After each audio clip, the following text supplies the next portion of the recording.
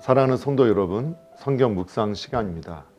오늘은 사무엘상 27장에서 29장까지를 읽으며 기도문으로 시편 105편을 함께 읽게 됩니다. 사무엘상의 내용을 살펴보면 27장에서는 다윗이 블레셋으로 망명하는 내용이, 28장에서는 블레셋의 침략에 사울이 무당을 찾아가는 내용이, 29장에서는 블레셋 진에서 다윗이 철수하는 내용이 나옵니다. 사무엘상 27장에는 다윗이 블레셋으로 망명하는 내용이 나옵니다. 26장에서 사울의 목숨을 끊지 않은 다윗에 대해 사울이 축복하지만 사울의 축복을 신뢰하지 않은 다윗은 이스라엘 땅 밖에서 사울을 피할 도피처를 찾았습니다. 그가 고국을 떠난 것은 여호와 하나님을 떠나는 것으로 이해할 수 있습니다.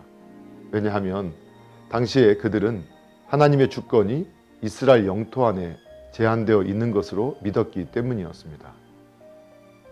이스라엘 사람들은 수세기를 지나 아모스에 이르러서야 비로소 정의가 실현되는 그곳에는 하나님이 함께 있고 불의가 득세하는 그곳에는 하나님의 심판이 내린다는 사실을 깨달았습니다.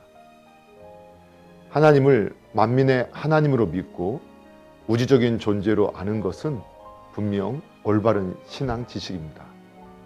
다윗이 이스라엘을 떠났던 것은 하나님께서 자기를 구원해 주셨던 체험적 신앙이 흔들린 결과였었습니다. 이처럼 주님을 잘 믿는 성도들에게도 환난의 바람이 불어올 때 하나님을 의지하는 믿음이 약하여질 때가 있습니다. 이럴 때 나약한 성도들은 낙심하여 하나님을 떠나게 됩니다. 어쩌면 이것은 인간이 극복할 수 없는 한계인지도 모르겠습니다. 그러므로 성도들은 깨어 근신함으로 시험에 드는 일이 없게 해야 하며 또한 말씀을 늘 묵상함으로 범죄치 않도록 조심해야 합니다. 사무엘상 28장에는 블레셋의 침략에 답답해했던 사울이 엔돌의 신접한 여인을 찾아가는 내용이 나옵니다. 블레셋의 침입으로 궁지에 몰린 사울은 호구지책으로 여호와의 지시를 간구했지만 얻을 수 없었습니다. 이에 사울은 하나님이 가장 싫어하는 점쟁이를 찾아가서 자신의 당면 문제를 해결하려고 하였습니다. 흔히 사람들은 공경에 처하면 신앙인이라 하더라도 세상적인 방법을 동원하여 그 문제를 해결하려는 안일함과 유혹에 빠지기 쉽습니다. 과학시대라 일컬어지는 오늘날에도 무당이나 점쟁이들이 성업을 하는 이유가 바로 이러한 이유에서일 것입니다. 사울도 신접한 여인을 찾아갈 때 평복으로 변장하고 간 것은 그도 자신의 행동이 떳떳하지 못하다는 사실을 알고 있었음을 볼 수 있습니다. 또한 신접한 여인이 불러올린 사무엘은 실제 사무엘이 아니었습니다. 이는 사단이 사무엘로 가장하고 대언한 것으로 보아야 합니다. 사단도 자기를 광명의 천사로 가장할 수 있습니다.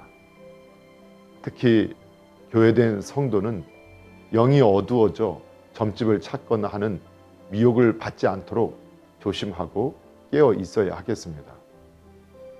사무엘상 29장에는 다윗이 이스라엘과의 전투에서 블레셋 진에 참여했다가 블레셋 내부의 반대로 빠져나오게 되는 내용이 나옵니다. 사무엘상 28장에서는 하나님께 버림받은 사울이 그 자신의 생각대로 따르다가 더욱 큰 공경과 범죄를 저지르게 된 사건을 기록하고 있습니다.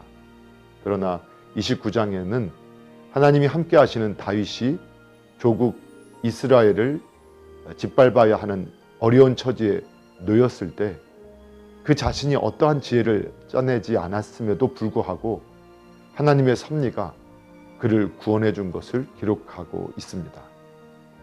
이처럼 사울과 다윗의 모습은 하나님이 함께하는 자의 삶이 얼마나 안전한 것인지를 뚜렷한 대조를 통해서 실증해 보여주고 있습니다.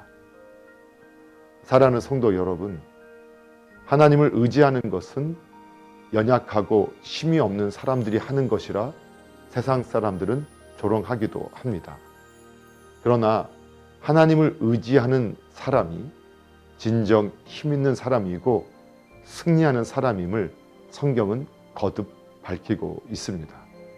오늘도 우리 주 예수님을 의지하고 예수님을 닮아가는 복된 삶이 되기를 예수님의 이름으로 축복합니다. 할렐루야.